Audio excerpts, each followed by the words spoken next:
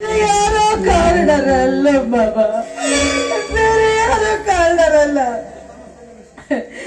ನನ್ ಹೋಟೆಲ್ ಬೆಳಿತಾ ಇರೋ ನನ್ ಮಗುಗೆ ಕಾರಣ ಸಂದೇಶ.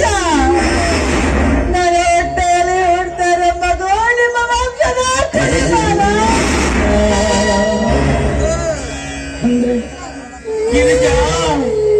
ನೀನು ಏನ್ ಹೇಳ್ತಾ ಇರುವೆ? ನೀನು ನನ್ನ ತಮ್ಮ ಸಂಗಮೇಶ ಅಷ್ಟು ನಿರ್ಲಜ್ಜನೆ? ನಿರ್ಲಜ್ಜ ಹೆಣ್ಣು ನಾನು ಅಲ್ಲ, ನಿಮ್ ತಮ್ಮ ಸಂಗಮೇಶನೂ ಅಲ್ಲ. ಏನ್ ನಡೀತು ಅಂತ ಹೇಳ್ತೀನಿ ಕೇಳಿ. ಮಾವ ಮಿಲ್ಟ್ರಿಗೆ ಹೋಗೋ, ನೌಕರಿಗೆ ಹೋಗೋ ವಿಷಯನ ಹೇಳೋದಕ್ಕೆ ಅಂತ ನನಗೊಂದು ಜಾಗ ಹೇಳಿದ್ರು. ಆ ಜಾಗಕ್ಕೆ ನಾನು ನೋಡೋದಕ್ಕೆ ಅಂತ ಹೋಗಿದ್ದೆ.